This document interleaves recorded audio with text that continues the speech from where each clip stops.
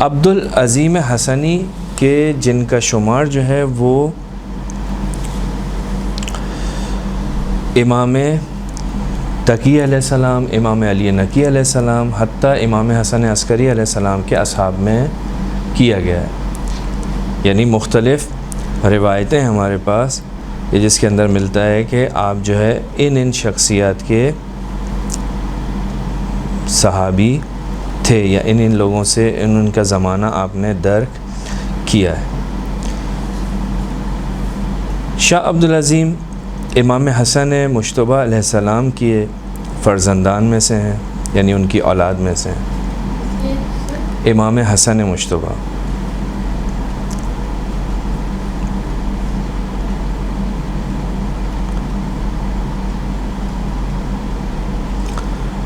امام حسن مجتبیٰ کے اولاد میں سے ہیں اور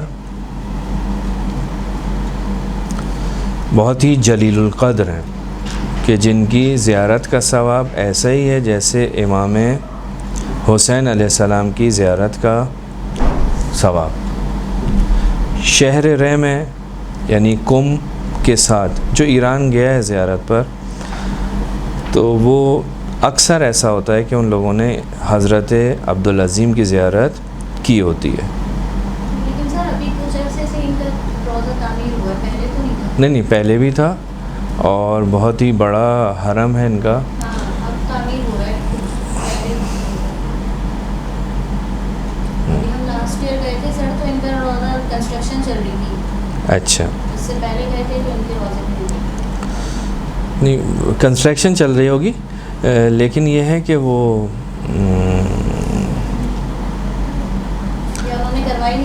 زیارت کرائی نہیں ہوگی تہران، کیونکہ عام طور پہ جب تہران سے مشہد کی طرف اگر بائی روڈ لے کے جا رہے ہوتے ہیں گروپس، تو وہ عام طور پر لے کر جاتے ہیں. لیکن یہ کہ کوئی نہ لے کے گیا ہو کسی وجہ سے تو وہ ایک الگ بات ہے، لیکن عام طور پہ ایسا ہوتا ہے کہ لے کر جاتے ہیں.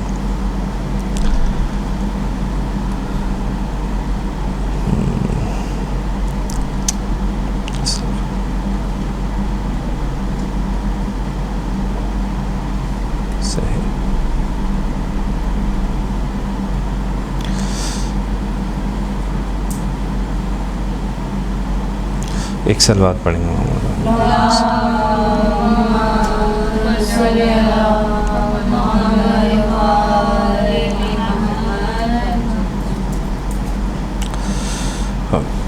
تو یہ عبدالعظیم حسنی جو ہیں وہ اس اعتبار سے، کیونکہ امام حسن مجتبیٰ کی اولاد سے ہیں، تو حسنی سادات جیسے ہم کہتے ہیں نا، حسینی سادات اور حسنی سادات. یعنی امام سادات جو ہیں وہ دو ہی طرح کے ہمیں اگر دکھائی دیں گے تو دو ہی طرح کے ہیں، یا حسنی سادات ہیں یا حسینی، یعنی امام حسن کی اولاد اور امام حسین کی اولاد. تو یہ تو جتنے بھی ہمارے پاس ہوتے ہیں عام طور پہ وہ امام حسین کی اولاد ہیں، یعنی عابدی اور زیدی اور حسینی سے لے کر جو ہے نقوی، تقوی اور اس سے اوپر جتنے بھی آ جائیں، یہ سارے کے سارے کیا ہیں؟ یہ حسینی سادات ہیں. شاہ عبدالعظیم یا عبدالعظیم حسنی مشہور ہیں شاہ عبدالعظیم کے نام سے. حسنی سادات سے آپ کا تعلق ہے، اور یعنی 4 پشتوں کا فاصلہ ہے. 4 پشتوں کے بعد جو ہے آپ امام حسن مجتبیٰ تک پہنچ جاتے ہیں. بہت ہی باتقویٰ، امین، صادق، دین شناس، عالم اور شیعہ اصول کے پابند. یعنی ایسا نہیں کہ صرف ایک سید ہے، نہیں، سید بھی وہ ہے کہ جو مورد اعتماد معصومین ہے اور محدث ہیں، اور بہت ساری احادیث جو ہیں وہ سید عبدالعظیم حسنی سے ہم تک پہنچی ہیں.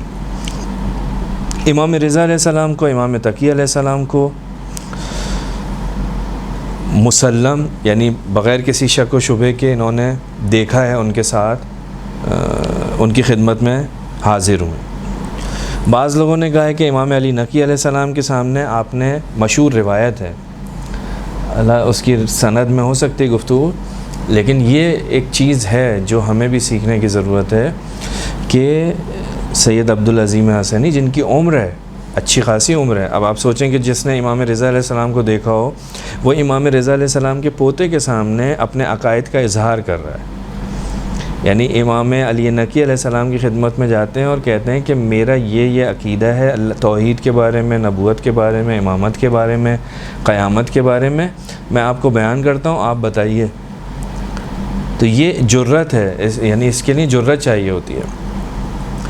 اپنے سارے عقائد بیان کیے اور امام نے تائید کی کہ نہیں تم صحیح ہو, حق پر ہو. انسان کو یہ کرنا چاہیے کہ اپنے عقائد کو, اپنے نظریات کو چیک کرے, کیونکہ انسان کو احساس نہیں رہتا اور وہ ان عقائد کے اندر جو ہے مختلف ایسی چیزیں داخل ہو جاتی ہیں کہ جن کو ہمارے ذہنوں میں, ہمارے عمل کے اندر نہیں ہونا چاہیے. تو یہ اس عمر کے بعد ایک کم سن شخص کے پاس جا کر جو ہے اپنے عقیدے کا اظہار کر رہے ہیں. یہیں سے پتہ چلتا ہے کہ یہ امامت کے عقیدے کے اوپر کتنا ان کا ایمان جو ہے پختہ تھا, کہ یہ نہیں سوچ رہے تھے کہ میں بوڑھا انسان ہوں اور میں ایک نوجوان کے پاس جا رہا ہوں.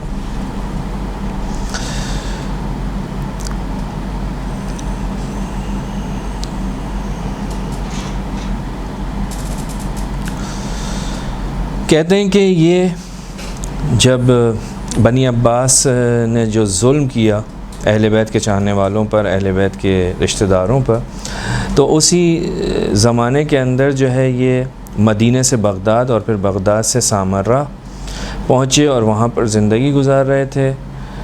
اور پھر وہاں سے آپ نے, بعض روایت میں ملتا ہے کہ امام علی نقی علیہ السلام نے آپ سے کہا کہ آپ یہاں سے چلے جائیں. تو یہ بغداد سے ہجرت کر کے شہر رے پہنچے. بعض روایتوں میں ملتا ہے نہیں, یہ امام رضا علیہ السلام کی زیارت کے لیے آئے تھے خراسان, اور راستے میں حمزہ ابن موسیٰ ابن جعفر کی زیارت کے لیے ٹھہرے. اگر آپ وہاں گئے تو وہاں پر کچھ اور بھی امامزادے ہیں, صرف شاہ عبدالعظیم نہیں ہیں. وہاں پہ ایک شخصیت جن کا مزار ہے وہ ہے حمزہ ابن موسیٰ ابن جعفر, یعنی امام موسیٰ کاظم کے بیٹے ہیں. ان کی زیارت کے لیے وہاں پر یہ شہر رے میں رکے اور پھر وہیں پر ہی رہنا شروع کیا اور وہیں پر آپ کی رحلت ہوئی اور وہیں پر آپ کو دفن کیا گیا. روایت میں تاریخ کے اندر ہے کہ محدث نوری فرماتے ہیں کہ کسی مومن شیعہ نے رسول خدا کو خواب میں دیکھا. اس وقت رسول خدا نے اس سے فرمایا, کہا کہ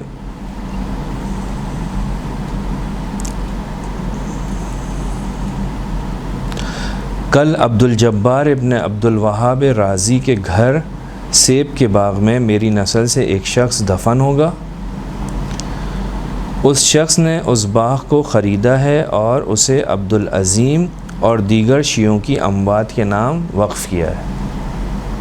یعنی جس نے وہ باغ جو دفن ہوگا اس نے اس کو خریدا ہے اور اس نے اس کو وقف کیا ہے کہ فلاں فلاں افراد جو ہیں وہ دفن ہوں گے. کہتے ہیں اسی وجہ سے حرم عبدالعظیم جو ہے وہ حسنی مسجد شجرہ یا مزار کے نزدیک درخت, اس کے قریب میں ایک درخت ہے, وہ آج بھی معروف ہے, یعنی اس درخت کے نام سے وہ مشہور ہے. مسجد شجرہ, شجرہ کسے کہتے ہیں؟ درخت کو. تو یہ کہ اس کو کہتے ہیں مسجد شجرہ یا وہ مزار جو درخت کے قریب ہے, اس کے نام سے آج بھی مشہور ہے. اور وہ مشہور و معروف روایت شیخ صدوق نے نقل کی ہے ان کی زیارت کے حوالے سے. اسی وجہ سے خاص طور پر مومنین جو ہیں وہ ان کی زیارت پر جاتے ہیں کہ جس کے اس میں کہا کہ شہر رے کا ایک شخص امام علی نقی علیہ السلام کی خدمت میں آیا. امام علی نقی علیہ السلام کی کہاں کا رہنے والا تھا؟ شہر رے کا. اس نے کہا کہ حضرت سید الشہداء کی زیارت سے مشرف ہو کر آیا ہوں, یعنی امام کی خدمت میں آیا ہے, امام حسین کی زیارت کر کے آیا ہے. تو امام نے فرمایا قبر عبدالعظیم جو تمہارے نزدیک ہے اس کی زیارت کا ثواب قبر حسین ابن علی کی زیارت کے ثواب کے برابر ہے. یعنی جتنا ثواب تمہیں یہاں ملے گا اتنا ثواب تمہیں وہاں پہ بھی ملے گا. البتہ اس کا یہ مطلب نہیں ہے کہ میں امام حسین علیہ السلام کی زیارت پہ نہ جاؤں, اس کا مطلب ہرگز یہ نہیں ہے, بلکہ ثواب کے اعتبار سے وہاں پہ جانا تو واجب ہے, ضروری ہے, ہر مومن کی ذمہ داری ہے کہ وہ وہاں جائے.